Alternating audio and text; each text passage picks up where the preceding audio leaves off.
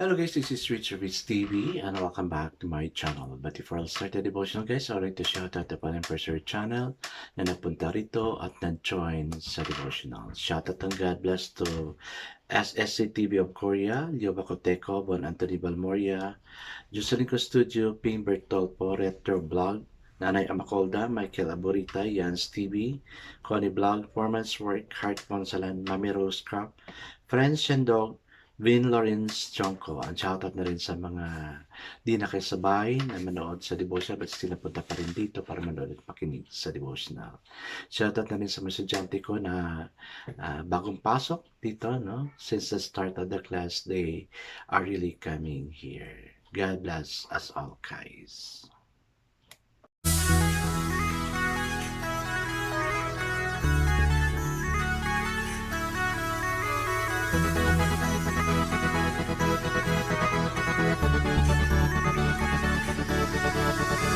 Rich TV, where you heard it, number one is on the top. Good advice, they'll never stop. Rich TV, where you heard it, number one is on the top. Good advice, they'll never stop. Hello guys, kumusta yung devotional natin kagabi? Did you meditate on that word I shared to you? Sana, no? Kasi sayang yung pagpunta niyo rito and then baliwala lang. Parang it did not serve the purpose of praying for you kung gano'n. No? Sana, if you come and join the devotional, you listen to the devotional, finish till the end because yung benediction, yung prayer is also very important. Then you might two questions. So we will also go with God. Hi guys, it's now Saturday, no? And hoping na everything went well for us. Natapos natin yung mga trabaho natin so we can prepare ourselves again for tomorrow's activity. Makapagsimba tayo, makapag-focus tayo sa gawain natin sa simbahan. I guess it's not proceed our devotional. Let's open our Bible to Genesis chapter 29 verses 1 to 14. What I'm reading is about Jacob arrives in Padan Aram. Still guys, I'm using the devotional study Bible because the words here is so simplified, maintained talaga natin. Okay, the word of the Lord in Genesis chapter 29 verses 1 to 14 says, Then Jacob continued on his journey and come to the land of the eastern people. There he saw a well in the field with 3 flocks of sheep lying near it because the flocks were well watered. The stone over the mouth of the well was large. When all the flocks were gathered there, the shepherd would roll the stone away from the well's mouth and water the sheep. Then they would return the stone to its place over the mouth of the well. Jacob asked the shepherd, My brother, where are you from? We're from Haran, they replied. He said to them, Do you know Laban, Nahor's grandson? Yes, we know him, they answered. Then Jacob asked them, Is he well? Yes, he is well, they said. And here comes his daughter Rachel with the sheep. Look, he said, the sun is still high. It is not time for the flocks to be gathered. Water the sheep and take them back to the pasture. We can't, they replied, until all the flocks are gathered and the stone had been rolled away from the mouth of the well. Then he will water the sheep. While he was still talking with them, Rachel came with her father's sheep, for she was a shepherdess. When Jacob saw Rachel, daughter of Laban, his mother's brother, and Laban's sheep, he went over and rolled the stone away from the mouth as the well and watered his uncle's sheep. Then Jacob kissed Rachel and began to weep aloud. He had told Rachel that he was a relative of her father and a son of Rebekah, for she ran and told her father. As soon as Laban heard the news aloud, Jacob and his sister's son, he hurried to meet him. He embraced him and kissed him and brought him to his home, and there Jacob told him all these things. Then Laban said to him, You are my own flesh and blood. And Jacob stayed with him for a whole month. Amen. and amen. I guess let's not pray. Father God, what a faithful fellowship and a nice fellowship that happened to Jacob in that place of Haran, O Lord. Meeting the relatives na matagal na niyan nakita, O Lord. Thank you that you are so faithful in taking care of those relatives you have to whom we did not see for a long time, O Lord.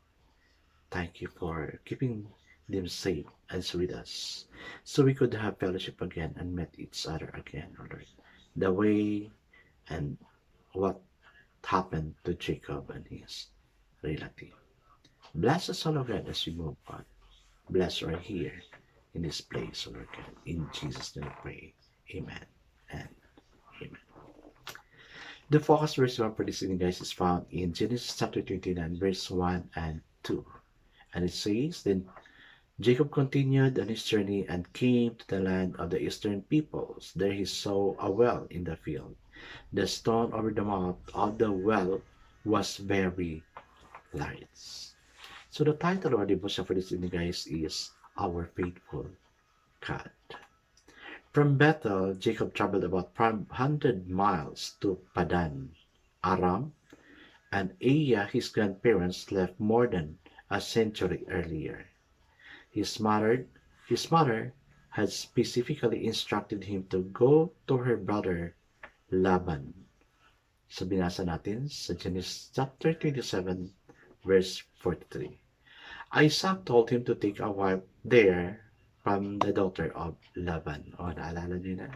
Sa chapter 28, verse 2. Wells are extremely important for pastoral nomads of flocks must be fed and watered. In God's providence, Jacob was led to this particular well. It was the wrong time to be at the well, however, but this was the kairos moment for Jacob to meet Rachel and he sprung into action. He single-handedly rolled away the heavy stones covering the well and helped Rachel water her father's sheep. Oh, di ba? Love at first sight ata to, ah. On this long journey to Haran, Jacob likely had numerous opportunities to experience God's goodness, to arrive at the well and to realize that God had led him to his mother's relatives, especially to meet Rachel, must have fully confirmed for him God's faithfulness. Jacob became impatient to secure God's blessing through his own effort. He arrived in Haran ready to wait upon God. God holds us responsible for action and the consequences that follows. He directs circumstances to accomplish his sovereign will despite our weakness, flaws, and failure. Amen and amen. Like Jacob, hindi rin siya perfecto na tao. No? Many times, na-deceive niya yung brother niya si Esau. Nagkasalat siya. But God gave him the favor. Same way with us. Many times I know we fall into temptation. Nagkasalat tayo. But God's favor is always there. Kaya nga, the title of our devotion for this evening is Our Faithful God. God is really faithful. Now, if we confess our sins, He's just faithful to forgive us our sins and all of our unrighteousness. Tinanggap si Jacob ng mga relatives niya at yun, they have a very nice fellowship with the relatives. Sana gano'n din ang mangyayari sa atin. Kasi I know we've been struggling from problems and trials and persecutions many times or even at this time. Kaya guys, it's really important to spend time with God. Coming here and joining a devotional is also a way na you spend time with God because you listen and hoping na you will also learn from me. Ay guys, may mga question na naman dito na dapat nating sagutan, no? Enjoy, no? Applying this question to yourself kasi I know you will really grow and it will help transform your life. The question is, what trials in your life is God using to test your faith in Him? Ako meron ako. And I'm really praying for it. And then, pray that God will see through to completion the good He began in your life through Christ. So, di ba? Ang ganda. He who began a good work in you will be faithful to complete it. And that is God. I guess let's not pray. Father, we know that, and you know that you have seen the trials we're suffering. Thank you that you're going to release us from such bondage, O Lord God. Thank you that you're so true to your word, that he who began a good work in us, in you, will be faithful to complete it. And it is you who is doing it for us. Amen. Guys, let's share it to God kung ano yung trials na dinadaanan natin. God bless us all, guys, because I know God's joy blesses 10 times better. This again is Rich TV. Kita-kita tayo muli. Hanggang sa muli. Paalam.